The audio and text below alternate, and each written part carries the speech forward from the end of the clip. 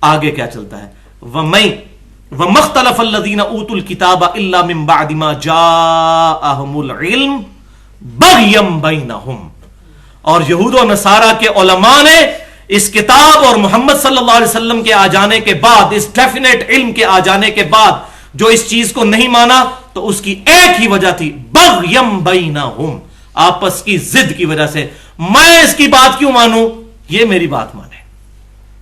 جس کو ایڈلر کی سائیکالوجی میں آج جدید دور میں کہا جاتا ہے ارجڈ ٹو ڈومینیٹ، کہ ہر بندے کے اندر یہ بیماری ہے کہ وہ چاہتا ہے کہ لوگ میرے پیچھے چلیں، میں کیوں کسی کے پیچھے چلوں. ہاں یہ انبیاء میں یہ بات ضرور ہونی چاہیے، ان کے لیے یہ بیماری نہیں ہے، ان کی تو یہ خاصیت ہے کہ وہ کہیں کہ میرے پیچھے چلو، کیونکہ وہ اللہ کے خلیفہ ہوتے ہیں. ان کے علاوہ کوئی شخص یہ نہیں کہہ سکتا کہ میری پیروی کرو. ہاں شیطان ہو جائے اگر تو علیحدہ بات ہے. ہاں وہ یہ کہہ سکتا ہے کہ میری پیروی اللہ اور اس کے رسول کے احکامات کے اندر اندر کرو، مشروط، ریلیٹو اطاعت، ایبسولوٹ اطاعت نہیں. اگر کوئی ایبسولوٹ اطاعت کہتا ہے اپنی تو وہ بندہ پھر راہ حق سے ہٹ چکا ہے، والعیاذ باللہ تعالی. تو اللہ تعالیٰ فرماتا ہے انہوں نے آپس کی ضد کی وجہ سے نبی صلی اللہ علیہ وسلم کا بھی انکار کیا. کنہوں نے؟ انبیاء کرام کے ماننے والوں نے. ان کی کتابوں میں آج بھی اولڈ ٹیسٹیمنٹ اور نیو ٹیسٹیمنٹ میں ہمارے پروفٹ صلی اللہ علیہ وسلم کی پریڈکشنز موجود ہیں. میں کئی دفعہ پورے ریفرنسز بتا چکا ہوں، ٹائم نہیں ہے. اس کے باوجود انہوں نے بات نہیں مانی. تو اللہ تعالیٰ کا آگے سے غضب کیا ہے؟ وَمَن يَكْفُرْ بِآيَاتِ اللَّهِ، تو جو کوئی پھر جان بوجھ کے اللہ کی آیات سے کفر کرے گا، فَإِنَّ اللَّهَ سَرِيعُ الْحِسَابِ، تو بے شک اللہ بڑا جلد حساب لینے والا ہے. دھمکی ہے اس کے اندر کہ دنیا کے اندر موجے مار لو، آخرت میں تمہاری پکڑ ہونے والی ہے. والعیاذ باللہ تعالی. تو بھائیو، نبی صلی اللہ علیہ وسلم جیسی مبارک ہستی دنیا میں موجود اور علماء نے ان کی بات نہیں مانی. کیوں؟ علماء یہود کے پیروکار کہتے تھے اتنے بڑے بڑے بزرگ پاگل ہیں. اور واقعی نبی صلی اللہ علیہ وسلم کے مقابلے پہ تو عمر میں وہ بہت بڑے تھے. 80 90 سال کے بابے جو ہیں وہ خیبر کے قلعوں میں بیٹھے ہوئے تھے، ان کے بڑے بڑے علماء یہود. نبی صلی اللہ علیہ وسلم کی تو ہارڈلی عمر اس وقت 52 سال تھی، اور آپ صلی اللہ علیہ وسلم کی تو داڑھی مبارک بھی وفات تک سفید نہیں ہوئی، مکمل ہی کالی تھی. بخاری اور مسلم کے الفاظ ہیں کہ آپ صلی اللہ علیہ وسلم کی وفات کے وقت انس ابن مالک کہتے ہیں 20 سے زیادہ بال سر اور داڑھی کے ملا کے سفید نہیں تھے، 20 سے بھی کم تھے. یہ حضور کا معجزہ تھا، کیونکہ کالی داڑھی خوبصورتی کی نشانی ہے. تو آپ صلی اللہ علیہ وسلم کی داڑھی سفید ہوئی نہیں کبھی، سوائے چند ایک یہ کن پٹی پہ بال اور یہ 1 2 بچی پہ اور کچھ سر کے. 20 سے زیادہ میرے سفید ہو چکے ہیں. یہ آپ کا معجزہ تھا. تو یہ کہتے تھے اتنے بڑے بڑے بزرگ ہمارے، وہ غلط ہے اور یہ کل کا نوجوان ٹھیک ہے. ان کے لیے تو نوجوان ہی تھا نا جی. 80 سال کے بابے کے مقابلے پہ 50 52 سال والے بندے کی کیا عمر ہوتی ہے. تو انہوں نے نبی صلی اللہ علیہ وسلم کا بھی انکار کر دیا. یہ ایسی بیماری ہے آبا پرستی اور بزرگ پرستی کہ انبیاء اکرام علیہ السلام کی مخالفت پر لوگ اتر آتے ہیں، آنکھوں کے آگے ایسی پٹی باندھ دی جاتی ہے. والعیاذ باللہ تعالی. اور بھائیو یہ نہ سمجھیے گا یہ صرف یہود و نصارہ کی باتیں ہو رہی ہیں.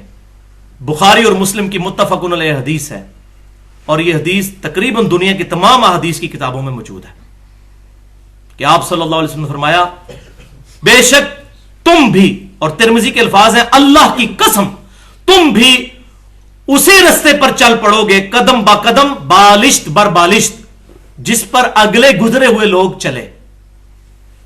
اگر ان میں سے کوئی گوہ کے سوراخ میں داخل ہوا تو تم بھی یہی کام کرو گے. صحابہ کرام نے پوچھا یا رسول اللہ صلی اللہ علیہ وسلم یہ اگلے لوگوں سے مراد کیا یہود و نصارہ ہے؟ تو آپ صلی اللہ علیہ وسلم نے فرمایا کہ اگر یہود و نصارہ مراد نہیں تو اور کون سے لوگ ہیں؟ یعنی یہود و نصارہ کی ساری برائیاں اس امت میں بھی پیدا ہوں گی، کیونکہ بیسک ہیومن انسٹنکٹ وہی ہے، بیماری وہی چلتی آ رہی ہے. کتاب و سنت میں جتنی خرابیاں ان کے علماء اور بزرگوں میں تھیں وہ اس امت میں بھی آئیں گی. نبی صلی اللہ علیہ وسلم نے کیٹاگوریکل مینشن کر دیا، لیکن لوگوں کی تسلی نہیں ہوتی. ہمارے یہاں پر ایک بہت بڑے عالم ہیں پاکستان میں، بریلوی مکتبہ فکر کے ڈاکٹر آصف اشرف جلالی صاحب. تو انہوں نے اپنے لیکچر میں یہ حدیث کوٹ کی اور کہنے لگے کہ یہ جو بیماریوں کی بات ہو رہی ہے نا، اس سے مراد کوئی شرکیہ عقائد نہیں ہے، اس سے مراد ہے کہ یہود و نصارہ کا فیشن اڈاپٹ کریں گے میری امت کے لوگ. دیکھیں کیسے حدیثوں کو بدلتے ہیں. اس سے مراد ہے کہ جو یہود و نصارہ فیشن کریں گے وہ یہ امت کرے گی. عقیدوں کی خرابی نہیں آئے گی. ماشاءاللہ یہ آپ کو کس نے گارنٹی دے دی ہے؟ تو اس حدیث کا شان ارشاد جیسے قرآن کا شان نزول ہوتا ہے نا، حدیث کا شان فرمان بھی موجود ہے. یہ حضور نے کہا کس موقع پر تھا؟ کہ تمہارے اندر وہی خرابیاں پیدا ہوں گی جو یہود و نصارہ میں کیا فیشن کے اوپر کہا تھا یا ایک شرکیہ عمل کے اوپر کہا تھا، وہ الحمدللہ موجود ہے۔ جامعہ ترمذی میں صحیح سند کے ساتھ یہ حدیث موجود ہے۔ صحابہ کرام کہتے ہیں ہم غزوہ حنین کے دوران ایک جگہ سے گزر رہے تھے، وہاں پر ایک درخت تھا جس کو ذات انواد کہا جاتا تھا، وہاں پر مشرکین برکت کے لیے اپنا اسلحہ لٹکایا کرتے تھے، جیسے آج بھی درختوں کے اوپر یہ مختلف قسم کی اور ٹاکیاں وغیرہ باندھی ہوئی ہوتی ہیں، تو یہ مشرکین بھی کرتے تھے، ادھر سے مس کر کے جاتے تھے تاکہ ہمیں جنگ میں فتح ہو۔ تو صحابہ کرام علیہم رضوان نے وہاں پر یہ کہا یا رسول اللہ صلی اللہ علیہ وسلم آپ ہمارے لیے بھی کوئی ایسا درخت مقرر کر دیں کہ جہاں سے ہم بھی برکت حاصل کر لیں۔ اللہ اکبر، آپ صلی اللہ علیہ وسلم نے اس وقت کہا سبحان اللہ۔ یہ حضور کہتے ہوتے تھے جب بہت حیران کن بات ہو، اور اس میں امپلائڈ ہے سبحان اللہ عما یشرکون، اللہ پاک ہے تو کس طرح کی باتیں کر رہے ہو تم لوگ، آج تو تم نے وہی بات کر دی جو موسیٰ علیہ السلام کے ماننے والوں نے کہی تھی۔ پھر نبی صلی اللہ علیہ وسلم نے سورۃ الاعراف کی آیت نمبر 138 پڑھی کہ جب موسیٰ علیہ السلام اور ان کے ساتھی ایک جگہ سے گزر رہے تھے جہاں پر لوگ بتوں پر اعتکاف کیے ہوئے بیٹھے ہوئے تھے، تو موسیٰ علیہ السلام کو ان کے ساتھیوں نے کہا حضرت آپ بھی ہمارے لیے کوئی کنسنٹریشن کے لیے بت مقرر کر دیں، کوئی اللہ کا ہی بت بنا دیں تاکہ ہم کنسنٹریشن کے لیے اس پہ اعتکاف کریں۔ تو سیدنا موسیٰ علیہ السلام نے کہا تھا اے اللہ ان جاہل لوگوں سے میں تیری پناہ میں آتا ہوں، اور وہی ہوا جب موسیٰ علیہ السلام گئے تو انہوں نے پیچھے بچڑے کے ساتھ وہی اشر کیا اور معبود بنا بھی لیا جھوٹا۔ تو نبی صلی اللہ علیہ وسلم نے صحابہ کرام کو کہا تم نے تو وہی بات کر دی جو موسیٰ علیہ السلام کے پیروکاروں نے، وہاں پھر آپ نے ساتھ وہی بات ارشاد فرمائی جو بخاری اور مسلم میں ہے، اللہ کی قسم تم میں وہی خرابیاں پیدا ہوں گی جو اگلوں میں پیدا ہوئی تھی۔ تو یہ وہ خرابی کون سی تھی؟ اس پہ ہی میں نے پورا الحمدللہ ایک لیکچر دیا، مسئلہ نمبر 8 کے نام سے، صرف 20 منٹ میں۔ کیا کلمہ گو مسلمان بھی شرک کر سکتا ہے؟ یہ جو فراڈ مچایا ہوا ہے کلمہ گو جو ہو گیا وہ شرک کر ہی نہیں سکتا۔ واقعی جس نے دل سے کلمہ پڑھا وہ شرک نہیں کر سکتا، اس میں کوئی شک نہیں ہے۔ اس کا مطلب کہ کلمے میں فالٹ ہے اگر کلمہ پڑھ کے بھی کوئی شرک کر رہا ہے، والعیاذ باللہ تعالی۔ مولویوں کے ہتھے چڑھ جائے تو پھر بیڑا غرق ہے۔ علمی پوائنٹ نمبر 3، الحمدللہ قرآن و سنت کے دلائل میں یہ بات بالکل واضح ہو گئی کہ اس دنیا میں گمراہی کی سب سے بڑی وجہ آبا پرستی، بزرگ پرستی، علماء کی اندھا دھند پیروی ہے بغیر دلیل کے۔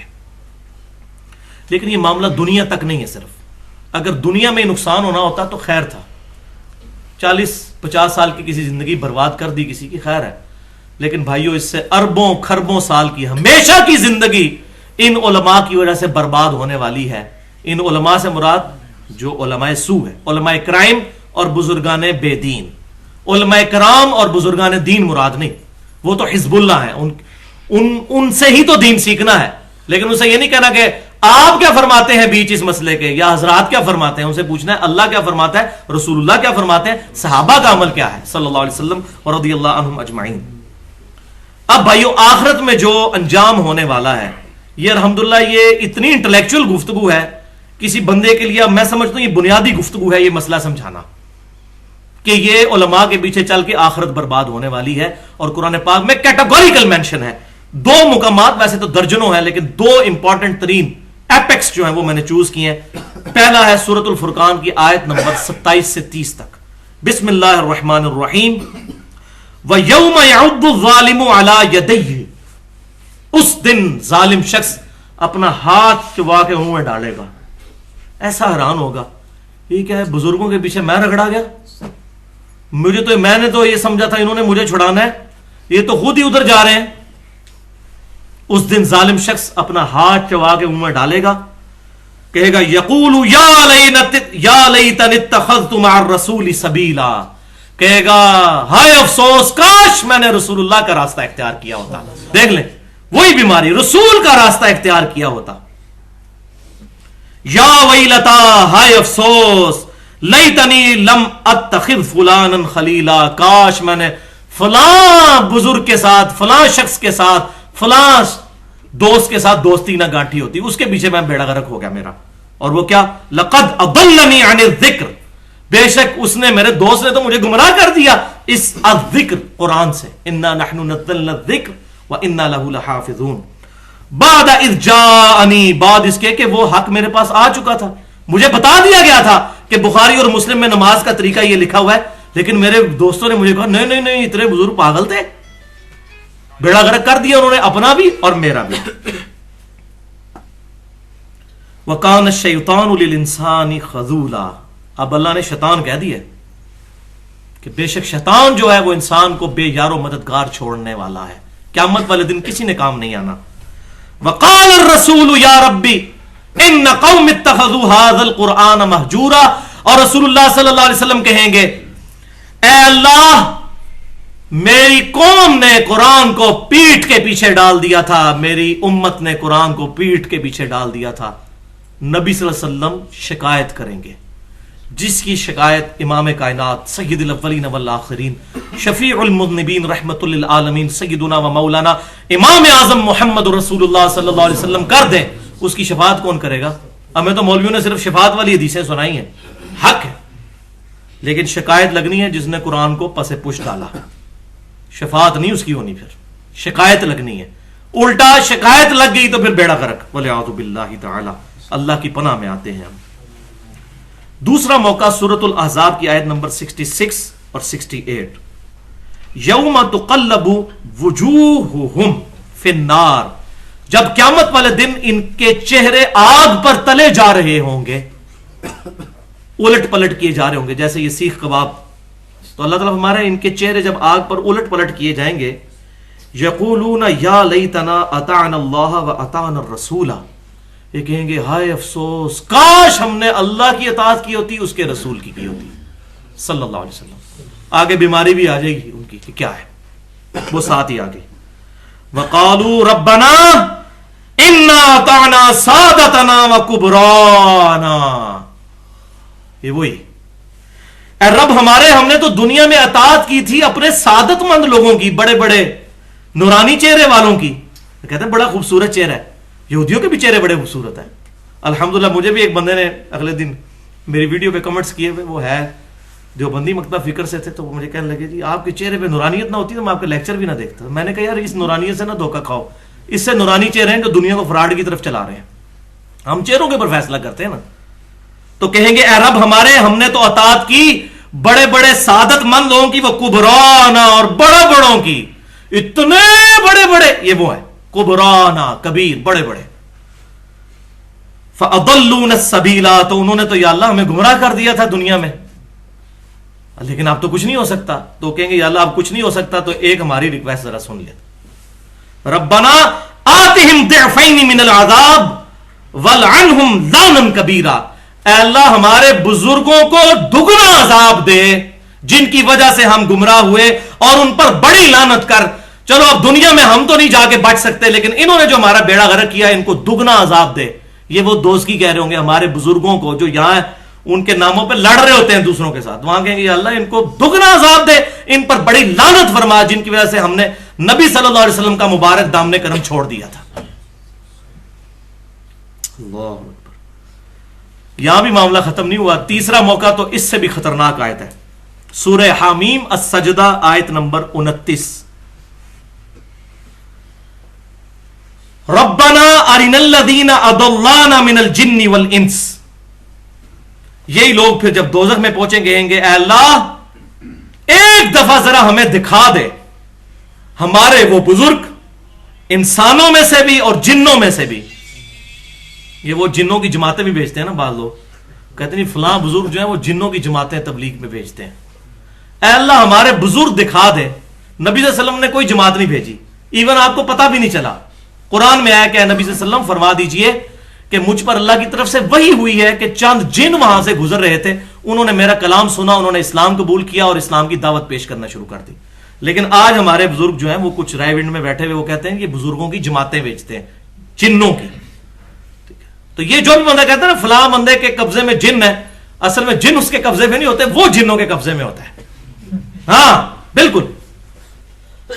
تو اے رب ہمارے، ہمیں دکھا دے ہمارے بزرگ جنوں میں سے بھی اور انسانوں میں سے بھی جنہوں نے ہمیں دنیا میں گمراہ کیا تھا، نجعلہما تحت اقدامنا، اے اللہ ہم ان کو اپنے پاؤں کے نیچے رون دیں گے، ان بزرگوں کو جنہوں نے ہمارا بیڑا غرق کیا تھا۔ اور یہ آپ مجھے دل سے پوچھیں، میرا تو دنیا میں دل کرتا ہے کہ جن بزرگوں کی وجہ سے میں کتاب و سنت سے دور رہا، آج میرے والے ہوں تو میں جوتیوں سے ان کی مرمت کروں. آخرت میں تو یقین ہے. دنیا میں بندے کو غصہ آتا ہے یار انہوں نے ہمیں کس دھوکے میں لگائی رکھا, کس امید پہ چلائی رکھا. تو قیامت والے دن کہیں گے اللہ ہمارے بزرگوں کو جنوں اور انسانوں میں سے ہمارے حوالے کر دے, نجعلہما تحت اقدامنا, ہم پاؤں کے نیچے ان کو رونے, لیکون من الاسفلین, تاکہ دوزخ کے سب سے نچلے حصے میں پہنچے. اتھے واڑ کے نا انہوں دوزخ کے تھڑے حصے تا ساڑی روح و سکون ملنا ہے, لیکن کوئی نہیں ملنا. لیکن وہاں غصہ پھر یہ نکلے گا. تو بھائیو اس دن آنے سے پہلے پہلے نبی صلی اللہ علیہ وسلم کے مبارک دامن کرم کو تھام لیں اور ان سے اعلان برات کر لیں, ادروائز بیڑا غرق ہونے والا ہے. اچھا اب یہ اتنی آیات ہیں بالکل واضح ہیں, لیکن مولوی کے پاس ایک ایسا زہریلا نسخہ ہے جس سے وہ پورے قرآن اور حدیث کے ذخیرے کا بیڑا غرق کر دیتا ہے اپنے زوم میں. او جی یہ آیتیں تو کافروں کے بارے میں. ہاں تے جناب ساڈے کول بڑیاں پھکیاں نے اینٹی وینم نے اس زہر دے علاج واسطے, بہت اینٹی وینم ہے. یہ آخری ان کے پاس حل ہوتا ہے. یہ کافروں کے بارے میں تو بھئی قرآن پھر کافروں کو دو, خود نہ پڑھو. قرآن پاک بھائیو رولز ہیں. یہ نہیں ہے کہ ٹریفک کا قانون صرف عوام کے لیے ہے اور جو ٹریفک کا آفیسر ہے اس کو ڈبل لتر پڑیں گے اگر اس نے اشارہ توڑا کہ تو دائی تھا اس کا کہ ٹریفک کی پابندی کرو. تو مسلمان کے لیے تو ڈبل عذاب ہے اگر وہ قرآن و سنت کی مخالفت کرتا ہے. کافر تو کافر ہے. تو یہ بالکل بات غلط ہے. قرآن پاک کے بارے میں ہے جسے فٹ اس کو گفٹ. جس پہ کوئی رول لگتا ہے قرآن کی آیت وہ اس پر اپلائی ہوگی, چاہے وہ کافر ہے چاہے مسلمان ہے. یہ بالکل دو نمبری کرتے ہیں جو یہ بات کرتے ہیں, اور میں اب اس کو پروف بھی کر دیتا ہوں الحمدللہ. مسند امام احمد میں تو بالکل گاڑا فتویٰ ہے نبی صلی اللہ علیہ وسلم کا کہ نمازی کے لیے قیامت والے دن نماز نور, نجات اور دلیل ہوگی, اور بے نمازی کے لیے نہ تو نور ہوگا نہ نجات نہ دلیل, الٹا اس کا حشر فرعون, حامان اور قارون کے ساتھ ہوگا. والعیاذ باللہ تعالی. اب کوئی گنجائش باقی نہیں رہتی. لیکن آپ کو پتا ہے کہ پھکی والے جواب کے بغیر کام نہیں چلتا. میں نے علمی طور پہ تو بتا دیا کہ یہ رولز اینڈ ریگولیشن ہے. پھکی والا الزامی اینٹی وینم جواب کیا ہے؟ بڑا آسان طریقہ ہے یہ چیک کرنے کا. ایک بریلوی مکتبہ فکر کے کسی بندے سے پوچھے کہ بھائی یہ قرآن پاک میں جو آیت ہے کہ قیامت والے دن لوگ کہیں گے اللہ ہمارے بزرگوں کو ڈبل عذاب دے اور ان پر لعنت کر جن کی وجہ سے ہم گمراہ ہوئے, تو آپ کا کیا خیال ہے؟ یہ اشرف علی تھانوی صاحب جو کلمہ پڑھواتے تھے لا الہ الا اللہ اشرف علی تھانوی رسول اللہ, اس کو انہوں نے انڈورس کیا تھا ان کے اپنے مرید کے کلمے کو. تو یہ مرید قیامت والے دن اللہ سے نہیں کہے گا کہ یا اللہ ہمارے اس بزرگ کو دگنا عذاب دے جس نے میرے اس کلمے کو انڈورس کیا؟ ہاں جی بالکل کہے گا. انہی کے بارے میں آیا تھا. اس کو نہیں پہ نظر آئے گا یہ کافروں کے بارے میں, کہے گا بالکل بالکل ایسے ہی ہے. اسی طریقے ایک دیوبندی کے پاس چلے جائیں, اس کہیں گے ہمارے جو اتنے بڑے بڑے علماء ہیں انہوں نے احمد بریلوی صاحب کی کافی غلطیاں نکالی ہیں, وہ کافی ان کے عقائد میں خرابیاں تھیں. اب لوگ تو احمد بریلوی صاحب کے پیچھے چل رہے ہیں, اور قرآن پاک میں آیت ہے کہ یہ جو چلنے والے پیچھے ہیں نا یہ قیامت والے دن کہیں گے اللہ ہمارے بزرگوں کو دگنا عذاب دے جن کی وجہ سے ہم گمراہ ہوئے. تو یہ احمد بریلوی صاحب کو پھر دگنا عذاب, ہاں جی بالکل ہوگا, کیوں نہیں ہوگا. پھر یہ کہیں گے. ادھر ایک مولوی اتنا بڑا دیوبندی مولوی جس نے کہا جی ہم نے تو کشف کے ذریعے دیکھا ہے کہ اس روئے ارض پہ سب سے زیادہ عذاب احمد بریلوی صاحب کو قبر میں ہو رہا ہے. والعیاذ باللہ تعالی. یہاں تک کشف پہنچتے ہیں پھر ان کے. تو یہ سارے فارمولے نا دوسروں کے لیے ہیں. پھر ادھر آیت بھی کافروں کے بارے میں نہیں رہے گی, کہیں گے نہیں جی نہیں اس میں تو واضح ہے جو بھی. اسی طریقے سے اب آپ سب کے لیے مجھے بتائیے غلام احمد قادیانی کوئی یہودی عیسائی تو نہیں تھا, مسلمانوں میں سے یہ الگ ہوا نا. غلام احمد قادیانی کے جو پیروکار غلام احمد قادیانی کے پیچھے چل کر اپنا عقیدہ برباد کر رہے ہیں, کیا قیامت والے دن وہ نہیں کہیں گے کہ اللہ غلام احمد قادیانی کو ڈبل عذاب دے جس کی وجہ سے ہم گمراہ ہوئے؟ کہیں گے. تو آپ وہ کہیں یہ کافروں کے بارے میں. وہ جی قادیانیوں کو ہمارے علماء نے کافر قرار دے دیا, آپ کے علماء نے تو سب کو ہی کافر قرار دیا ہوا ہے. کھول کے دیکھیں فتوے, مجھے بتائیں کس عالم کے بارے میں فتویٰ چاہیے. دیوبندیوں کے علماء کو بریلویوں نے کافر قرار دیا ہوا, بریلویوں کے علماء کو دیوبندیوں نے کافر قرار دیا ہوا, ان دونوں نے اہل حدیث کو دیا ہوا. یہ تکفیر اور خوارج والا سلسلہ قیامت تک کے لیے جاری ہے. یہ تھوک کے حساب سے فتوے ساروں نے سنبھال کے رکھے ہوئے, کسی کو نہیں چھوڑا ہوا. سب ایک دوسرے پہ فتوے لگاتے ہیں, حق بات ماننے کے لیے کوئی تیار نہیں ہوتا. اتنے بڑے بڑے بزرگ پاگل ہیں اور وہ اپنے بزرگوں کہہ رہے ہیں, دوسروں کہہ رہے ہیں شیطان ہے. اتنا بڑا بزرگ وہ بھی بزرگ نہیں نظر آئے گا. دوسروں کے بزرگ شیطان, اپنے بزرگ اتنے بڑے بڑے. تو میں وہی ننگا جملہ بولوں گا بھائیوں, ان کو پھر کہنا چاہیے قادیانی صرف اس لیے کافر ہیں کہ آپ کے امی ابو قادیانی نہیں تھے, ورنہ آپ کے امی ابو قادیانی ہوتے تو طارق جمیل صاحب بڑے عالم نہ ہوتے, بلکہ پھر غلام احمد قادیانی بڑے عالم ہوتے. پھر ڈاکٹر طاہر القادری صاحب بڑے عالم نہ ہوتے, غلام احمد قادیانی بڑے عالم ہوتے. پھر آپ کو کوئی اور ڈاکٹر ذاکر نائک بڑا عالم نہ نظر آتا, آپ کو غلام احمد قادیانی بڑا عالم نظر آتا. آپ کے امی ابو دیوبندی تھے, آپ دیوبندی ہیں. آپ کے امی ابو بریلوی تھے, آپ بریلوی ہیں. آپ کے امی ابو اہل حدیث ہیں تو آپ اہل حدیث ہیں. آپ کے امی ابو قادیانی ہوتے تو آپ قادیانی ہوتے, اور غیر احمدیوں کو کافر سمجھ رہے ہوتے. یہ ہے ٹوٹل ان کی پوری گیم. ٹوٹل تحقیق کی طرف تو آتے نہیں, دماغ بند, سننا ہی نہیں. اور مولوی نے ایسی پھر پٹی پڑھا دی ہے کہ نہیں سننے کی ضرورت ہی نہیں ہے. اب یہ ذرا ان کا انجام کیا ہونے والا ہے آخرت میں. بخاری اور مسلم میں 10 کم از کم ترک موجود ہیں اس حدیث کے. انتہائی سخت الفاظ اس حدیث کے اندر آئے. دنیا کی تمام احادیث کی کتابوں میں یہ حدیث موجود ہے, اور امام بخاری اور امام مسلم کم از کم 10 سندیں اس کی لے کر آئے. آپ صلی اللہ علیہ وسلم یہ جو کہتے ہیں کافروں کے بارے میں آیتیں ہیں, نبی صلی اللہ علیہ وسلم سے بھی ذرا پوچھ لیجئے. آپ صلی اللہ علیہ وسلم فرماتے ہیں قیامت والے دن میرے حوض کوثر پہ کچھ لوگ آئیں گے جن کو میں پہچانتا ہوں گا کہ یہ میرے امتی ہیں. کیونکہ بخاری اور مسلم میں آتا ہے کہ نبی صلی اللہ علیہ وسلم کے امتیوں کے اعضائے وضو چمک رہے ہوں گے, تو نبی صلی اللہ علیہ وسلم پہچان لیں گے کہ یہ میرے امتی ہیں. تو یہ کافر ہوئے. اعضائے وضو کس کے چمک رہے ہوں گے؟ جو وضو کر کے نماز پڑھتا ہے, یہ مسلمان ہے نا. آگے آپ دیکھیں یہ کافروں کے بارے میں حدیث ہے یا مسلمانوں کے بارے میں. تو آپ صلی اللہ علیہ وسلم فرماتے ہیں کہ میں اپنے حوض کوثر پہ ہوں گا اور اپنے امتیوں کو پلا رہا ہوں گا حوض کوثر سے, اور میرے حوض کوثر سے جو ایک دفعہ پی لے گا وہ کبھی پیاسا نہیں ہوگا. اللہ تعالی ہم سب کو نصیب فرمائے, آمین. آپ صلی اللہ علیہ وسلم فرماتے ہیں میں اپنے حوض کوثر پہ جب امتیوں کو پلا رہا ہوں گا تو میرے کچھ امتی آئیں گے سامنے, ان کو جب میں پلانے لگوں گا ان کے اور میرے درمیان دیوار کھڑی کر دی جائے گی, اور مجھے کہا جائے گا اے اللہ کے رسول صلی اللہ علیہ وسلم ان کو مشروب نہیں پلانا. نبی صلی اللہ علیہ وسلم کہیں گے اے اللہ یہ میرے امتی ہیں, اعضائے وضو بھی چمک رہے ہیں, حضور نے پہچان لیے کافر کوئی نہیں ہے, مسلمان ہی ہے. ہاں بھگوڑے مسلمان ہیں, اس قسم کے جو بزرگ پرستی میں مبتلا تھے. اور یہ بات یاد رکھیے گا ہم کسی کی تکفیر نہیں کرتے, بریلوی دیوبندی اہل حدیث شیعہ جو بھی اہل قبلہ ہے, ہم کسی کی کوئی تکفیر نہیں کرتے, اس کی غلطی پوائنٹ آؤٹ کرتے ہیں. یہ خوارج کا طریقہ ہے کسی کو کافر قرار دینا. ہم سب کو مسلمان سمجھتے ہیں الحمدللہ. ہاں جہاں پر غلطی لگی ہے غلطی کو غلطی کہتے ہیں. یہ ہے سولوشن اینڈ, پرابلم اینڈ پہ نہیں آنا چاہیے. تو آپ صلی اللہ علیہ وسلم فرماتے ہیں کہ مجھے کہا جائے گا اللہ کے رسول آپ کو نہیں پتا آپ کے بعد یہ لوگ دین سے الٹے قدم پھر گئے تھے اور انہوں نے دین میں بدعتیں جاری کر دی تھیں. تو آپ صلی اللہ علیہ وسلم فرماتے ہیں اس وقت میں کہوں گا سحقن سحقن لمن غیر بعدی, سحقن سحقن لمن بدل بعدی. ان پر پھٹکار ہو, ان کو مجھ سے دور کر دو جنہوں نے میرے بعد میرے دین کو بدل دیا. والعیاذ باللہ تعالی.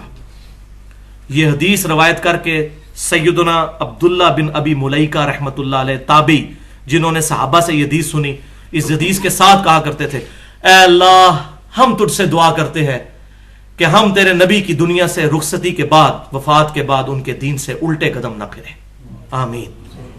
یہ وہ دعا کیا کرتے تھے. یعنی وہ تعویل اس نے تفسیر بھی کر دی کہ یہ ہے ہی مسلمانوں کے بارے میں. تو اب یہ جو کہنا کافروں کے بارے میں آیات ہے مسلمان, یہ کون لوگ ہیں؟ جسے فٹ اس کو گفٹ.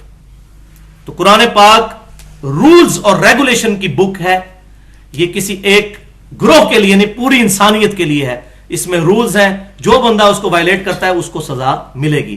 حتیٰ کہ سورۃ العذاب کھول کے دیکھیں, اللہ تعالیٰ فرماتا ہے نبی کی بیویوں تم عام عورتوں کی طرح نہیں ہو, اگر تم نے بے حیائی کی تمہیں دگنا عذاب دوں گا. دیکھ نبی کی بیویوں, مسلمان کہہ رہے جی میری خیر ہے, کلمہ پڑھ لیا ایک بار بس انشاءاللہ جنت میں ہی جائیں گے. تل کا امانیہم, یہ ان کی وشفل تھنکنگز ہیں. یہ بھی ایک یہود و نصارہ کی خرابی تھی, وہ کہتے تھے ہم تو جنت میں جائیں گے, چند دن کے لیے دوزخ میں جائیں گے لوگوں کی آنکھ میں دھول جھونکنے کے لیے, پھر اللہ تعالیٰ ہمیں جنت میں بھیج دے گا. بس ایک پھیرا لگے گا, اور وہی خرابی یہاں بھی آ چکی ہے. والعیاذ باللہ تعالی.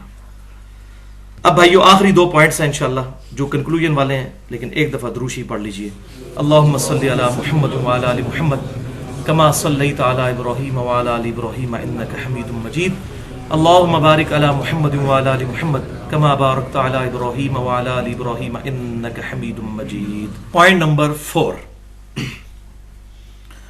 یہ 3 پوائنٹس کے اندر ہم نے ساری بیماری الحمدللہ سمجھ لی قرآن و سنت کی روشنی میں کہ گمراہی کی اصل وجہ کیا ہے. اب اس کے سولوشن کی طرف بھی آنا چاہیے کہ اس کا حل کیا ہے. ویسے تو حل اس میں امپلائڈ ہو چکا کہ ظاہر ہے جو بیماری ہے اس کے الٹ کام کیا جائے. بیماری ہے بزرگ پرستی، اس کے الٹ ہے اللہ اور اس کے رسول کی اطاعت عز و جل صلی اللہ علیہ وسلم. لیکن پھر بھی بات کو مزید کھول کر بیان کرنے کے لیے بھائیو، اسلام وہ واحد دین ہے جس نے توہمات کے دائرے کو چھوڑ کر علم کے اوپر بنیاد رکھی ہے. اور 10 کمانڈمنٹس جو تورات، انجیل اور قرآن میں بھی موجود ہیں، سورہ بنی اسرائیل میں بھی، جو ہمارا پمفلٹ بھی ریسرچ پیپر نمبر 7 چھپ چکا ہے، لیکچر کے اینڈ پہ آپ سب کو مل بھی جائے گا. اس میں 9ویں کمانڈ ہے بسم اللہ الرحمن الرحیم ولا تقف ما لیس لک بہ علم. اے انسان، کسی ایسی چیز کی پیروی مت کر جس کے بارے میں تیرے پاس علم نہیں ہے. علم کے بغیر پیروی نہیں کرنی جب تک علم نہ آ جائے. یہ نہیں کہنا اتنے اتنے بڑے بزرگ کہہ رہے، نہیں، علم خود حاصل کرنا ہے. اور یہاں پہ مجھے بات ضمن یاد آ گئی، اکثر کہتے ہیں جی وہ علماء نے علم حاصل کیا ہوا ہے وہی حاصل کر سکتے ہیں. دیکھیں ڈاکٹر ہے، وہ ڈاکٹر سے مسئلہ پوچھنا چاہیے تو ان کو بتایا کریں اللہ کے بندو ڈاکٹری پڑھنا فرض ہے نہیں تو ڈاکٹر تو چند ایک ہی ہوں گے. علم دین حاصل کرنا فرض ہے کہ نہیں؟ تو یہ ہر انسان کو سمجھ بھی آئے گا. اس کے لیے مولویوں کی ڈگری کی ضرورت نہیں ہے. ڈاکٹری کے لیے ظاہر ہے کہ ڈگری کی ضرورت ہوگی. باقی اگر عالم کی بات کرتے ہیں آپ تو یہ کہتے ہیں ان کے پاس ڈگری ہے تو یہ کیا پرفیکٹ عالم ہے؟ پرفیکٹ عالم صرف نبی صلی اللہ علیہ وسلم ہے. میں یہاں بخاری اور مسلم سے درجنوں مثالیں پیش کر سکتا ہوں. اتنے بڑے بڑے صحابہ کو بعض مسائل نہیں پتا ہوتے تھے، حضرت عائشہ سے پوچھتی تھی، یا حضرت عائشہ کو مسئلہ نہیں پتا تو حضرت علی سے پوچھتے تھے. صحابہ بھی مکمل طور پہ پرفیکٹ عالم نہیں تھے. تو ہر مسلمان تو ہوتا ہی عالم ہے. جس مسلمان کو وضو کا طریقہ آتا ہے وہ وضو کا عالم ہے، علم رکھنے والا. ڈگریوں والا عالم ہوگا تو اس سے پوچھے کیا ہر چیز کا اسے علم ہے؟ تو قرآن پاک میں 1000 آیات سائنٹیفک فیکٹس کے اوپر ہے، جیالوجی پر، ایسٹرونومی کے اوپر، اسی طریقے سے ایمبریولوجی کی فیلڈ کے اوپر. یہ ساری کی ساری سائنٹیفک فیکٹس کے اوپر جو آیات ہیں. تو اللہ کون سا عالم ہے جو اس کی تشریح کرے گا؟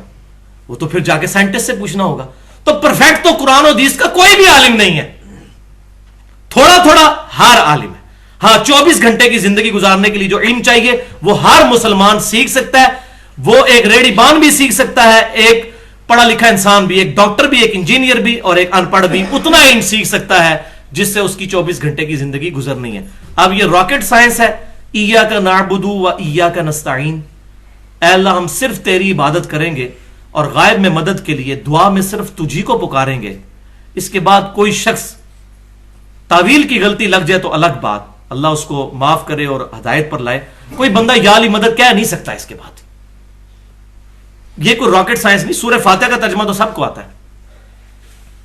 اس کے بعد کوئی بندہ قبروں سے فیض لینے کا قائل نہیں ہوگا، اللہ ہی کو پکارے گا دعا میں. تو بھائیو قرآن پاک نے توہمات سے بچا کر علم پر بنیاد رکھی. ولا تقف ما لیس لک بہ علم. اے انسان کسی چیز کی پیروی اس وقت تک مت کر جب تک تیرے پاس علم نہ ہو. ان السمع والبصر والفؤاد کل اولئک کان عنہ مسئولا. بے شک کان، آنکھیں اور عقل. فواد کی اپروپریٹ ٹرانسلیشن ہے عقل. فعید عربی میں کہتے ہیں فائدے والی چیز کو. اس کا ترجمہ دل نہیں بنتا، دل کے لیے قلب کا لفظ استعمال ہوتا ہے. کان، آنکھیں اور عقل، اس کے بارے میں پوچھا جائے گا ان 3 اعضاء کو استعمال کر کے تو نے حق بات حاصل کیوں نہیں کی. یہ اللہ تعالیٰ نے ہر بندے کو دی ہوئی ہے. اگر کوئی پاگل ہو جائے تو اس سے پھر حساب کتاب بھی نہیں. وہ واضح حدیث ہے صحیح بخاری میں. لیکن جس کی کان، آنکھیں اور عقل کام کرتی ہے اس کو پھر یہ ساری چیزیں خود حاصل کرنی ہوں گی. اسلام صرف 2 علوم کو مانتا ہے، تیسرے کسی علم کو نہیں. نمبر 1 ریویلڈ نالج، وحی کا علم، کتاب و سنت کا علم جو اللہ انبیاء کرام کے ذریعے دیتا ہے امتوں کو. اس کو کہتے ہیں ریویلڈ نالج اللہ کی طرف سے. اور دوسرا علم ہے acquired knowledge, the knowledge obtained through observations and experiments. مشاہدات اور تجربات سے حاصل کیا ہوا علم، وہ یعنی سائنس. قرآن صرف ان 2 علوم کو مانتا ہے، تیسرے کسی علم کو نہیں. انہی کی بنیاد پہ فیصلہ. آگ جلاتی ہے، پٹرول آگ کو بھڑکا دیتا ہے. اب قرآن حدیث میں کہیں نہیں لکھا کہ پٹرول آگ کو بھڑکا دیتی ہے، لیکن یہ ہم نے ڈیفینیٹ نالج حاصل کیا، سائنٹیفک فیکٹس کے ذریعے یہ چیز ثابت ہوگی. یہ قرآن و سنت کی طرح ہی حجت ہے.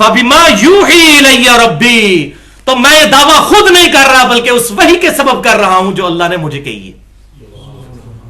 میرا خود دعویٰ نہیں کہ میں ہدایت پر ہوں، میں اس وحی کی بنیاد پہ بات کر رہا ہوں کہ میں ہدایت پہ ہوں اور تم گمراہ ہو. الحمدللہ میں بھی کتاب و سنت کے دلائل پہ یہ بات کرتا ہوں کہ یہ عقیدہ حق پر مبنی ہے اور یہ گمراہی پر. یہ میری اپنی بات نہیں ہے. تو یہ آیت مجھے سہارا دیتی ہے کہ اے نبی صلی اللہ علیہ وسلم آپ فرما دیجئے اگر میں ہدایت پر ہوں تو اس کی وجہ یہ وہی ہے جو اللہ تعالیٰ نے میری طرف نازل فرمائی ہے. الحمدللہ. انہو سمیع قریب، بے شک اللہ تعالیٰ سننے والا اور قریب ہے. اور پھر پوری امت کے لیے وہی آیت نمبر 71 سورہ الاحزاب، وَمَن يُطِعِ اللَّهَ وَرَسُولَهُ فَقَدْ فَازَ فَوْزًا عَظِيمًا، جو کوئی اللہ اور اس کے رسول کی اطاعت کرے گا تو بے شک وہ کامیاب ہوا اور بہت بڑی کامیابی پر پہنچ گیا. الحمدللہ رب العالمین.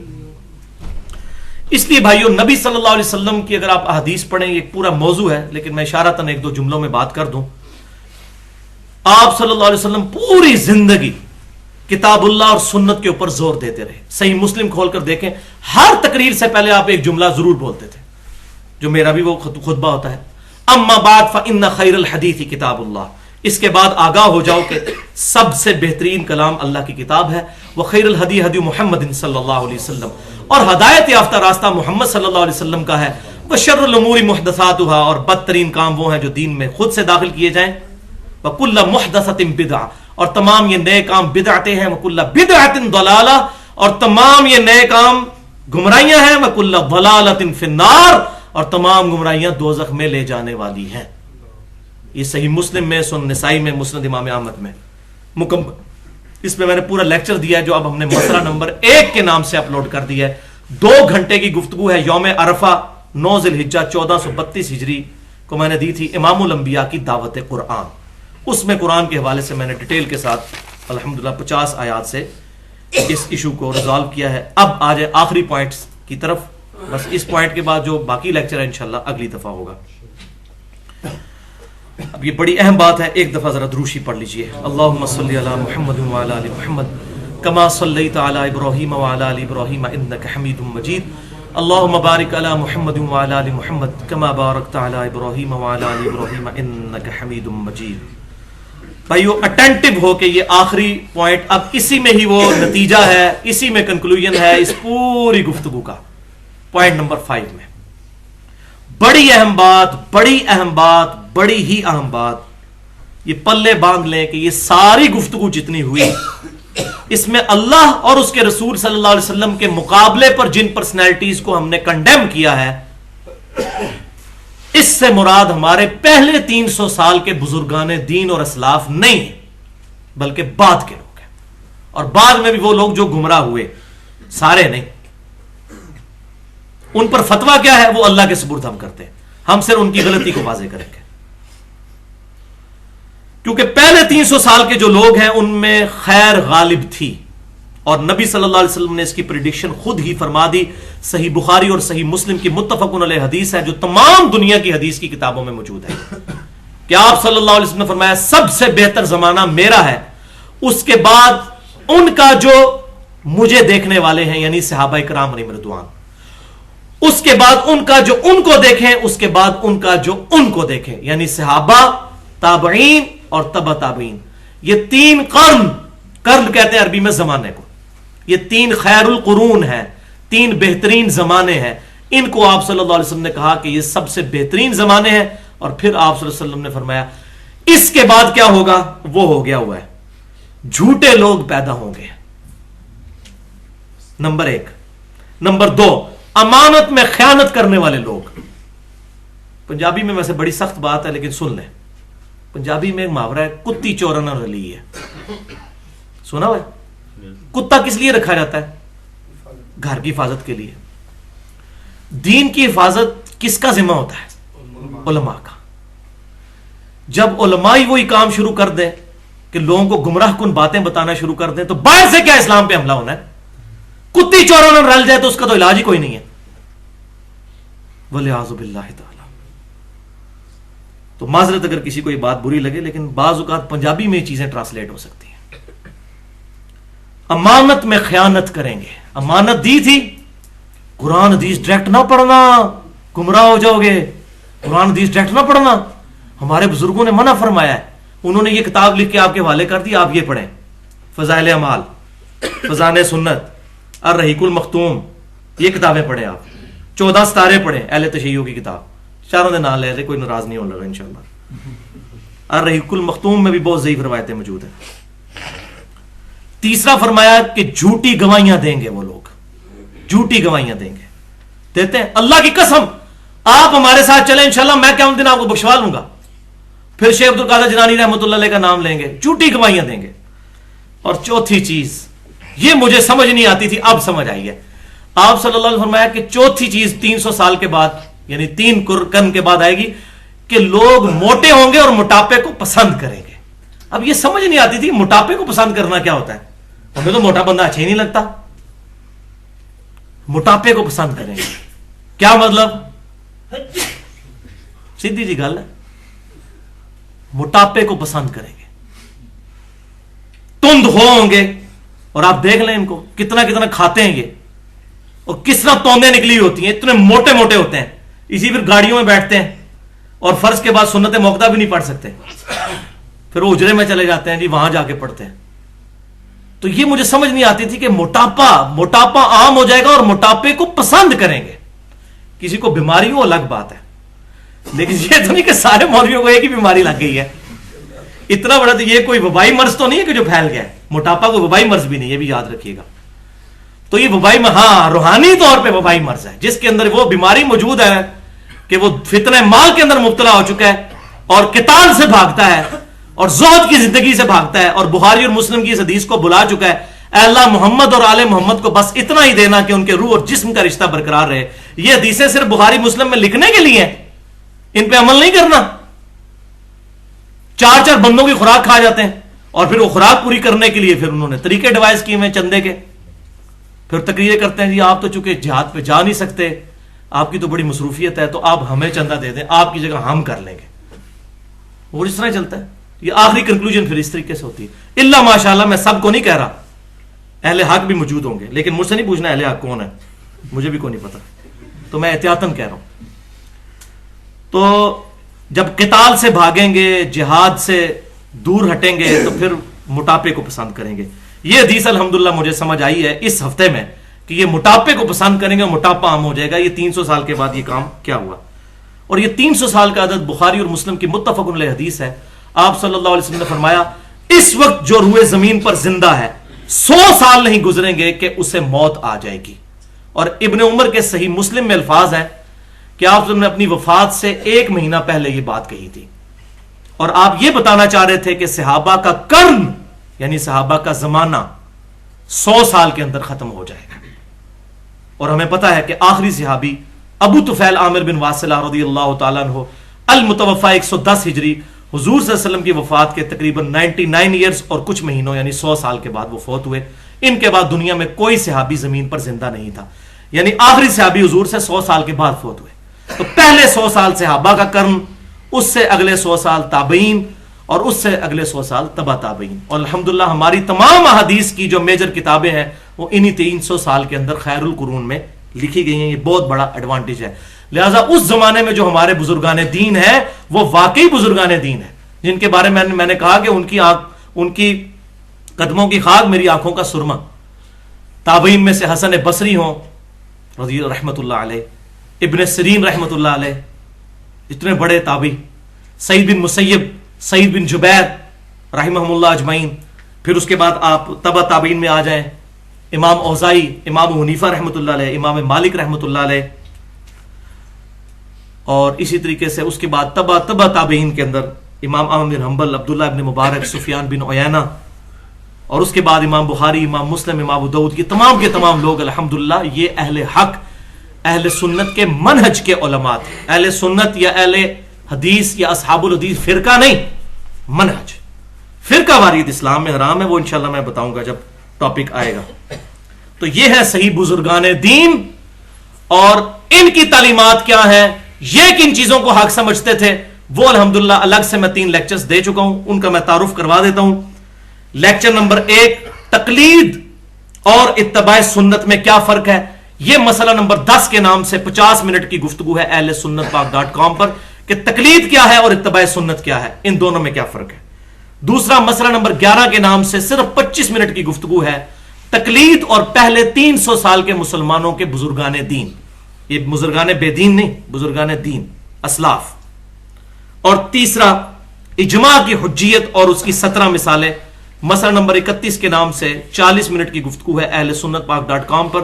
اور چوتھا لیکچر تو میں سمجھتا ہوں یہ تمام ایشوز کو ریزالو کر گیا جو ہماری پچھلی سیٹنگ ہوئی تھی، رفع الیدین سے متعلق فرقہ وارانہ نظریات کا تحقیقی جائزہ، اس میں تقلید کا مسئلہ، یہ سارے ایشوز ریزالو ہو گئے ہیں۔ 140 منٹ کی گفتگو ہے اہل سنت پاک .com پر مسئلہ نمبر 70B کے نام سے۔ تو یہ ہیں وہ اصل بزرگان دین جن کے بارے میں قرآن میں آیا فَاسْأَلُوا أَهْلَ الذِّكْرِ إِن كُنتُمْ لَا تَعْلَمُونَ، اگر تمہیں علم نہیں تو اہل علم سے پوچھ لو۔ یہ اللہ سے ڈرنے والے ہیں، یہ جعلی ڈگریوں والے علماء نہیں ہیں۔ جعلی ڈگریوں والے سیاست دان ہیں، جعلی ڈگری والے علماء بھی ہیں۔ ظاہر ہے وہ ڈگری جعلی ہے کہ اگر کوئی بندہ ڈگری لے کر بھی لوگوں کو غلط بات بتا رہا ہے، وَلِعَاذُ بِاللَّهِ تَعَالَى، یہ وہ نہیں ہے بزرگ فرماتے ہیں اور حضرات فرماتے ہیں۔ یہ کون سے علماء ہیں جو اس چیز کے اوپر پیرا ہے؟ سورۃ النساء کی آیت نمبر 59، اسی پہ میری تقلید والی وہ گفتگو ہے۔ یا ایھا الذین آمنوا اطیعوا اللہ واطیعوا الرسول واولی الامر منکم، اے ایمان والو اللہ کی اطاعت کرو، اس کے رسول کی اطاعت کرو، اور جو تم میں حکمران بنایا جائے اس کی بھی اطاعت کرو، امیر المومنین کی، خلیفۃ المسلمین کی، لیکن اس کی اطاعت ایبسولوٹ نہیں ہوگی۔